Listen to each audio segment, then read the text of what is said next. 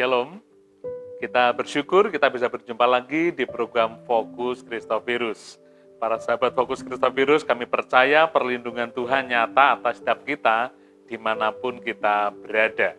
Kita bersyukur tahun ini, tahun 2022, Yayasan Kristovirus memasuki masa jubilium, masa 50 tahun. Nah, beberapa episode ke depan nantinya kami akan membawa rekan-rekan Fokus Kristovirus mengenal lebih dekat Yayasan Kristovirus dalam program Menuju Jubilium 2022. Nah, pada saat ini kita bersama-sama dengan Bapak Pendeta Timotius Sarpo. Selamat siang Pak Timotius Sarpo. Selamat siang. Terima kasih menyediakan waktu untuk Fokus Kristovirus. Ya, baik. Sehat-sehat ya Pak. Ya, terima kasih juga untuk kesempatan yang diberikan kepada kita. Ya. Kita akan mendengar kesaksian bagaimana Pak Pendeta Timotius Sarpo melayani bersama-sama Yayasan Kristovirus nyaris dari awal ya. Kita akan ikuti kesaksian petikan pelayanan Pak Pendeta Timotius Sarpo yang melayani bersama-sama dengan Yayasan Kristovirus dari sejak awal. Mari kita ikuti bersama. Kita bersyukur ya Pak bisa melayani bersama-sama di Yayasan Kristovirus. Ya, puji Tuhan. Saya melihat Pak Pendeta Sarpo ini sudah sepuh, tapi semangatnya luar biasa. Ya, kemurahan Tuhan itu ya. Iya. Kalau tadi saya sempat masuk gang gitu, waduh, itu parkirnya agak sulit. Wah, ini ternyata gangnya sangat padat ya Pak. Memang, ini kesulitan kami di situ. Seringkali kita akan mengadakan kegiatan, mengundang hamba-hamba Tuhan. Mereka senang di sini, tetapi kesulitan parkir, sehingga akhirnya saya katakan ya kalau parkir terpaksa di tempat jauh sehingga akhirnya tidak jadi. Nah ini di tempat yang padat seperti sudah berapa puluh tahun melayani di tempat ini Pak? Ini tepatnya itu mulai tahun 82. Semula kami di Wonodri Kerajaan di sebelah gang sebelah itu Nglaroso naik itu situ. Nah kalau Kristovirus paham banget karena Pak Andreas, Pak Samuel Hokcun pernah ikut perintisan di situ. Oh, waktu di tempat pertama itu. Ya, di kerajaan. Dan tempat itu sebenarnya tidak pantas waktu itu. Karena itu merupakan tempat bekas penyimpanan material, kambing dan jadi kok keadaannya kumuh sekali gitu. Kumuh ya. Tapi ya karena keadaan itu, yang empunya waktu itu namanya Pak Jainal.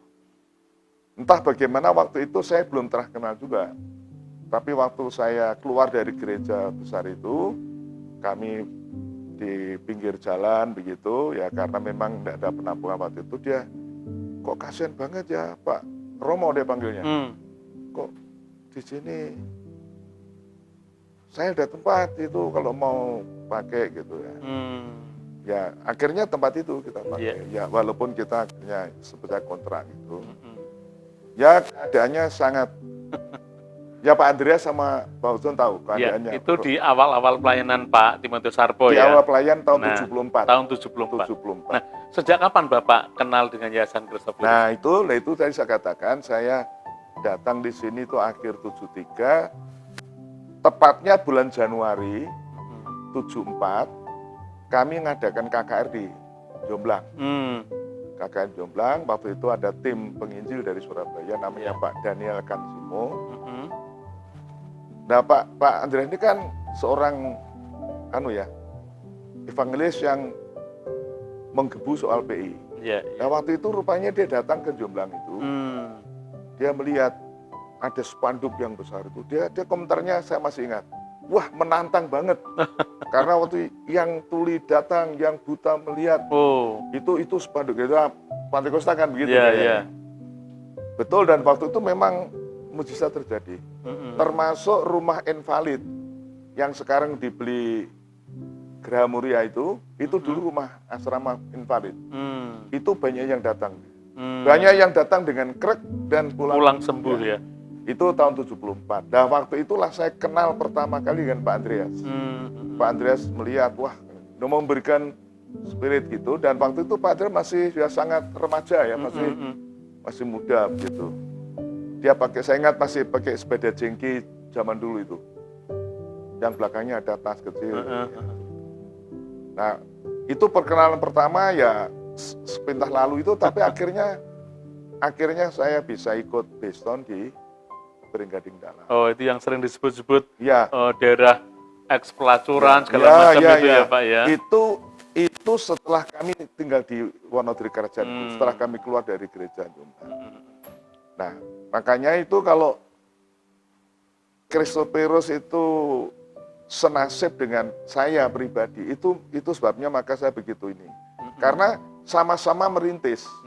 Christophorus merintis di kebun Beringgading Dalam, dan rumahnya juga bukan rumah yang bagus atau layak ya, karena itu tadi Pak bilang setengah papan gitu ya. Setengah papan, dan keadaannya dan bekas itu tadi dibilang bekas rumah pelacuran. Nah, di awal-awal Bapak kenal Christophorus, apa yang membuat Bapak tertarik nih untuk melayani bersama-sama dengan Christophorus? Ya, waktu itu memang kelihatannya jiwa saya jiwa okumene. Waktu saya di Kalimantan kurang lebih 10 tahun juga, saya bergaul dengan GPIB, dengan Gereja Kemah Injil dan sebagainya. Dan saya pernah dipercaya sebagai ketua PGKS di sana, Persekutuan Gereja Samarinda. Jadi waktu pulang ke Semarang juga begitu, kenal dengan Christophorus ini, jiwanya jiwa misioner dan jiwa okumene, karena kan interdenominasi ya. Saya tertarik. Tapi yang tertarik kami ya ikut persekutuan doa itu. Kamis pagi. Jadi doa Kamis pagi itu sejak berdirinya sampai yang sekarang. saya tahu 74 itu. Saya kenal. Bulan Januari 74 itu sudah mulai. Dan saya lebih rajin karena abangnya Pak Andreas, Pak Kristano Yonatan. Pak Charles Kristano. Bukan. Oh, bukan ya? Pak Yonatan Kristano. Pak Yonatan Kristano. Kebetulan dia seorang pengusaha yang mempunyai mobil. Nah, karena dia tahu saya datang itu dijemput saya tiap Kamis pagi. Dijemput ke Wonodri ke Wonodri Kerajaan itu, ya tiap Kamis dijemput. Nah, itu mulai saya akrab. Iya, luar biasa di awal-awal pelayanan sudah semangatnya menggebu-gebu ya. Juga waktu itu kami merasa sepenanggungan ya. Saya merasa kalau istilah kami di dalam itu dalam masa-masa kematian waktu itu. Masa kematian, penderitaan senasib lah begitu. Sehingga dan Pak Andre memang orangnya familiar ya. Gitu akrab, merangkul dan sebagainya sehingga ya sama-sama masih pengantin baru juga waktu itu. Saya baru punya anak Nathanael itu baru umur 9 bulan sampai setahun. Nggak tahu Christopher mungkin umurnya hampir sama. Ya, para pemirsa Fokus Christophorus, sekilas perkenalan Pak Pendeta Sarpo dengan Yayasan Christophorus telah kita dengar, dan kita akan mengikuti lebih lanjut perkenalan dan sampai Pak Pendeta Timotius Sarpo ini melayani bersama-sama di Yayasan Christophorus. Ya, kembali lagi di Fokus Christophorus. Pak Pendeta Sarpo sangat menarik ya mendengar pengalaman perintisan baik gereja Bapak maupun pelayanan bersama perintisan di Christophorus. Nah, kalau Bapak masih bisa mengingat siapa-siapa saja tokoh-tokoh yang waktu itu juga melayani bersama-sama, Pak? Ya, kalau riwayat berdirinya sekali itu saya tahunya Christophorus sudah ada tahun 74 itu, tetapi yang saya tahu tokoh-tokoh yang waktu itu saya masih sempat bertemu, kenal pribadi, di antara lain Pak Sunjoyo di Demak ya. Kemudian Pak Agus Wantoro, Pak Adi Sucipto, kemudian ya Pak Andreas sendiri. Yang saya kenal itu Pak Widodo. Pak R. Widodo. Ada fotonya, lain kali tak kasih Pak ini. Dari tokoh-tokoh itu yang sampai sekarang masih diberkati umur panjang siapa, Pak? Pak Andreas tentunya ini ya, masih Pak Andreas sehat. Yang lain yang sudah lain dipanggil? Sudah pindah alamat semua. Pindah alamat di rumah Bapak saya. Ya. Pindah alamat di surga misalnya Bapak. Pak Sunjoyo, Pak Widodo, Pak Adi Sucipto juga termasuk perintis. Itu Pak Agus Wantoro, semua sudah berangkat. Ada lagi tokoh-tokoh lain yang saya kurang kenal waktu itu. Yang saya kenal sejak di Pringgading Dalam itu yang sering ketemu Pak Widodo, Pak Sunjoyo, Pak Adi Sucipto dan sebagainya. Dan akhirnya Pak Agus Swantoro juga. Nah, kalau sampai sekarang ini berarti sudah puluhan tahun kan Bapak itu selain melayani sebagai gembala jemaat lokal, juga melayani bersama-sama di Yayasan Christophirus. Hal spesifik apa yang Bapak amati di Christophirus ini? Sampai ini sebentar kan ulang tahun ke-50 nih Pak. Nah, ini hal spesifik apa yang Bapak bisa banggakan melayani bersama-sama? Ya spesifiknya Christophirus ini gitu ya, artinya sepertinya tidak terlalu pilih kasih gitu di dalam segi ras, kesukuan atau denominasi itu ya, tidak menonjolkan doktrin gereja tertentu. Walaupun Pak Andre itu orang GKMI, tetapi tidak menonjolkan gitu. Itu yang saya senang. Dan itu memang sejak di Kalimantan saya sudah bergaul dengan gereja-gereja Injili. Jadi itu yang spesifik dan pelayanannya ya, pelayanannya yang non komersial, non properti dan sebagainya. Itu sangat terkena pada jiwa saya. Wah, itu karena ya semboyan kami dari Pantai Kuta kan zaman dulu kan kerja botan sonder gaji. Selalu manis ya. Ya. Jadi tidak ada sebagai Christophirus kalau kita menuntut itu pasti kesandung. Dan sudah banyak tahun-tahun berikut kan kita sering mengambil full timer. Full timer itu belum sudah menonjolkan aku S2, ini golongan apa dan sebagainya. Nah itu pasti tidak sinkron ya dengan. Nah, kesan Bapak selama puluhan tahun bersama Yayasan Christophirus ini yang bisa diceritakan apa ini Pak? Yang berkesan dan tidak terlupakan begitu? Ya tak terlupakan terlalu banyak. Terlalu banyak ya? Terlalu banyak. Saya sendiri tidak terlalu berperan ya di dalam Christophirus, cuma memang Tuhan masih beri kesempatan. Seperti tadi saya katakan, yang saya ingat itu ketua pertama Pak R. Widodo. Pak R. Widodo itu seorang ya mempunyai toko onderdil di mana itu di Bubaan, dan itu waktunya dan sukanya orang sama berkorban juga gitu. Nah, ketua pertama dia tahun 74 mungkin sampai 77. Kemudian 77 sampai 80 itu kalau tidak salah Pak Miso dengan Pak Daryono. Sudaryono. Saya kurang ingat beliau apa masih ada apa tidak ada. Oh, sudah almarhum Pak Sudaryono. Oh iya, sudah yang ya. Banyumanik itu ya? Iya, Banyumanik. Dia pernah jadi sekretaris Christophirus dan waktu itu Kondasa bersama-sama dengan Pak Miso. Pak Miso itu di Lampersari rumahnya, dekat kita. Pak Miso. Nah tahun 80 sampai 83 itu Pak Dr. Gunawan Laksmana, ketua, dan saya sebagai sekretaris beliau waktu itu. Setelah itu disambung dengan Pak Adi barangkali, kemudian seterusnya sampai ganti-ganti yang generasi baru ini.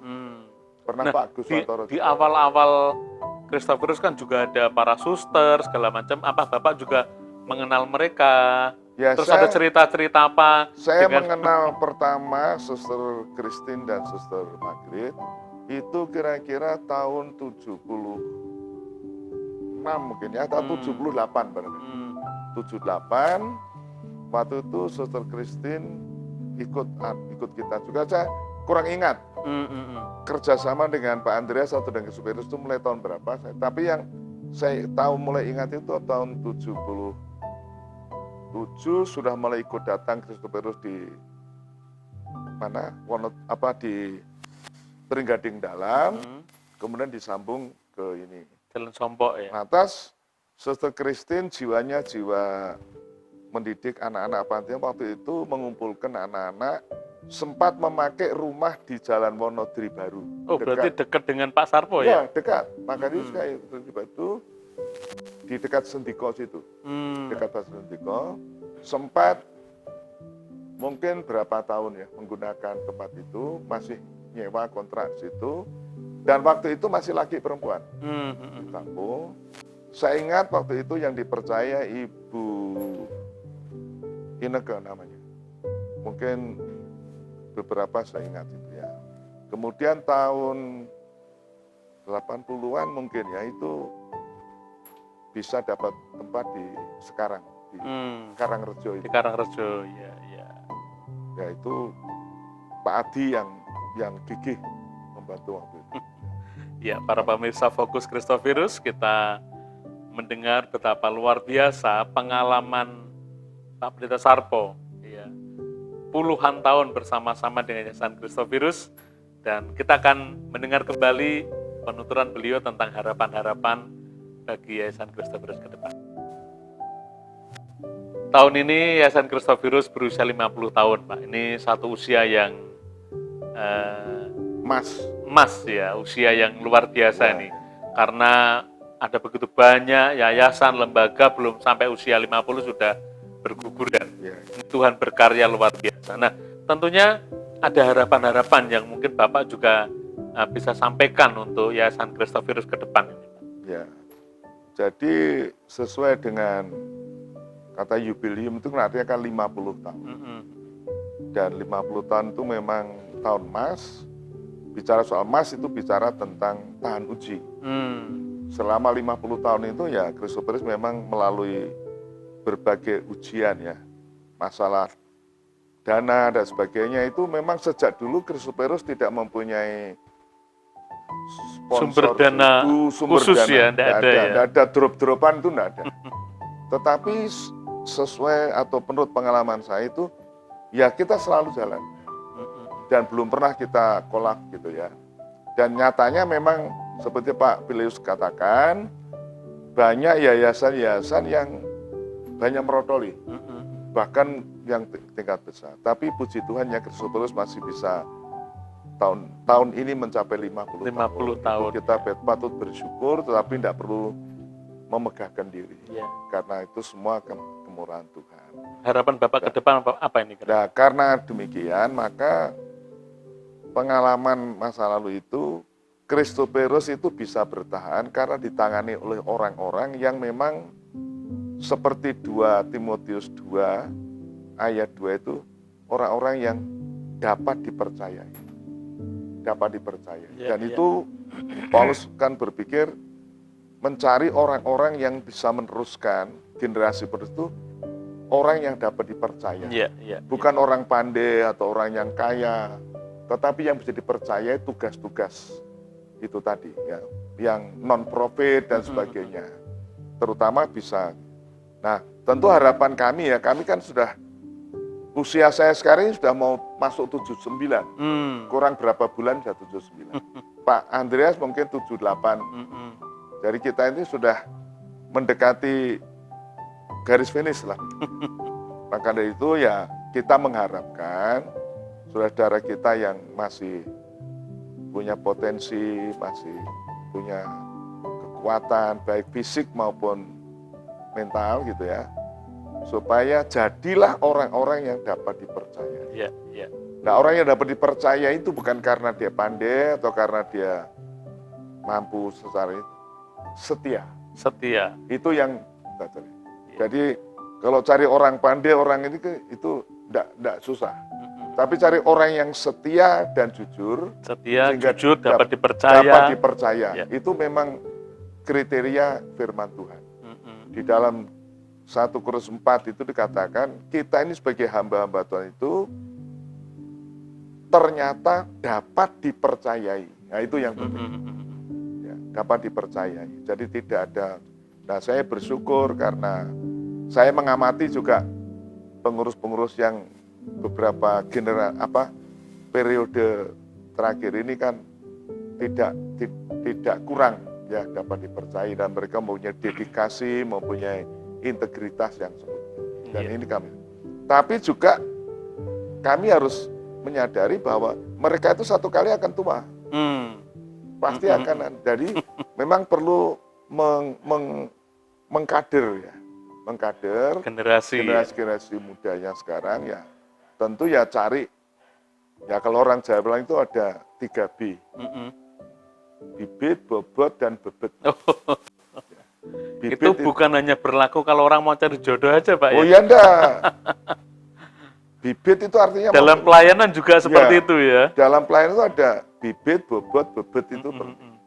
Bibit itu artinya memang orang itu kalau memang kualitasnya ya harus mempunyai bibit rohani yang baik. Nah, Christopher kan mempunyai kriteria orang lahir baru, orang yang wikumini dan sebagainya. Nah, bobot itu artinya ya mempunyai ini, ya tentu yang mempunyai skill, apalagi dalam alam milenial sekarang ini. Wah, ini kalau era digital sekarang ini. Wah, nggak ngerti komputer aja repot sudah. Seperti saya ini kan gelabakan kalau ya. Nah, tapi bobotnya pada tahun 70-an dengan sekarang beda. Beda ya. Bobotnya itu. Kalau secara iptek ya sudah ketinggalan jauh. Tapi luar biasa Pak Sarpo, tiap Kamis juga ikut doa pagi, pakai Zoom, pelayanan juga, live streaming, wah ini luar biasa. Nah, kemudian bebet. Ya. Bebet itu pakaian. Pakaian. Bebet itu harus singset dan sebagainya. Ini artinya tingkah laku. Ya, apa namanya ya, integritas. Itu 3B itu diperlukan. Jadi untuk generasi-generasi ya diharapkan mereka yang muda-muda supaya 3B itu dipraktekkan. Nah, demikian juga firman Tuhan bilang harus diuji. Jangan orang ketoknya bagus itu kita tak tahu mengecewakan. Harus diuji. Ya, diuji. B-nya, 3B-nya itu diuji. Iya. Bibitnya, bobotnya, bebetnya. Ya ini yang kita harapkan. Kita berdoa. Cuma saya yakin Tuhan tidak pernah kehabisan orang yang dipilih. Amin. Musa itu kan pemimpin besar.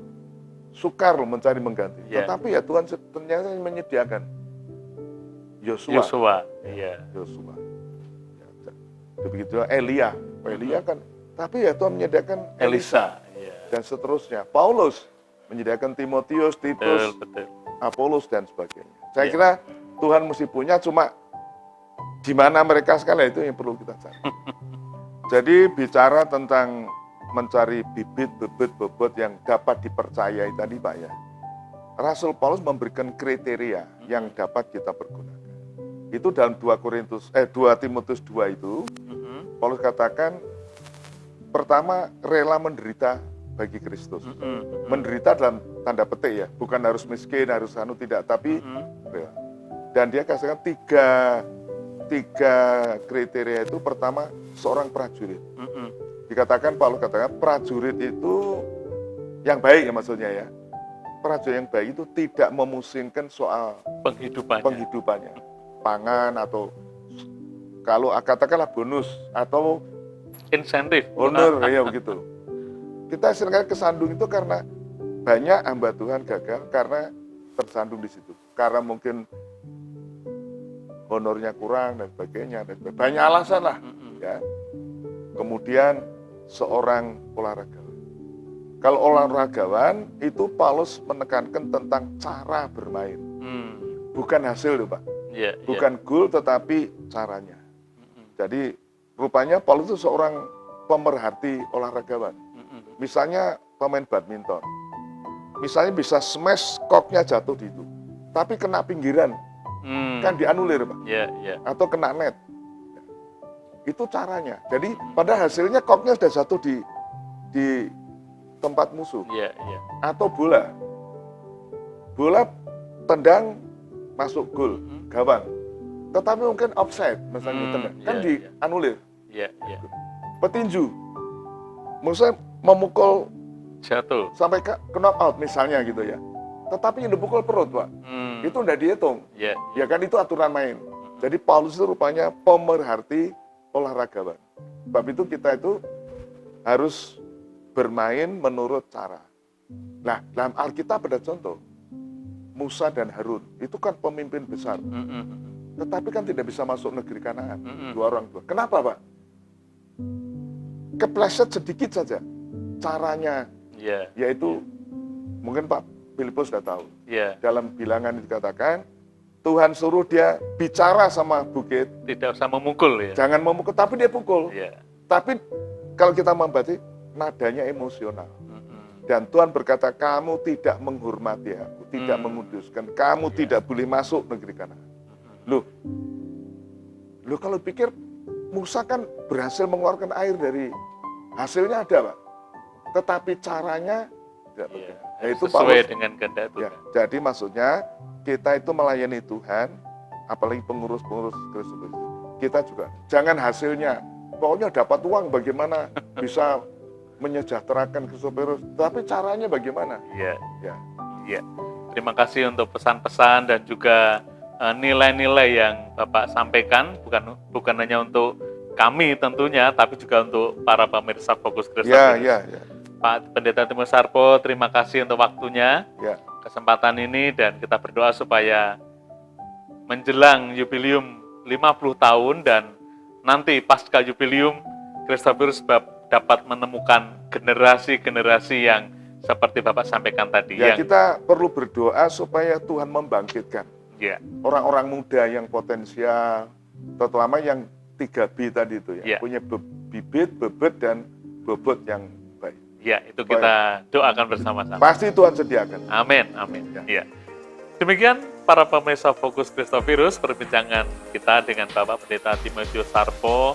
Kiranya perbincangan kita ini akan jadi berkat bagi kita, bukan saja kita mengingat masa-masa pelayanan di Yayasan Kristus, tapi menjadi PR bagi kita untuk kita berdoa supaya Tuhan membangkitkan generasi penerus yang jujur, setia, dan memiliki integritas yang tinggi, yaitu dapat dipercayai. Tetap semangat, terus jaga kesehatan karena pandemi belum berakhir. Terus terapkan protokol kesehatan supaya kita tetap sehat dan kuat dan bisa melayani pekerjaan Tuhan dan melayani pribadi Tuhan. Sampai bertemu dalam Fokus Kristus berikutnya. Tuhan Yesus memberkati. Selamat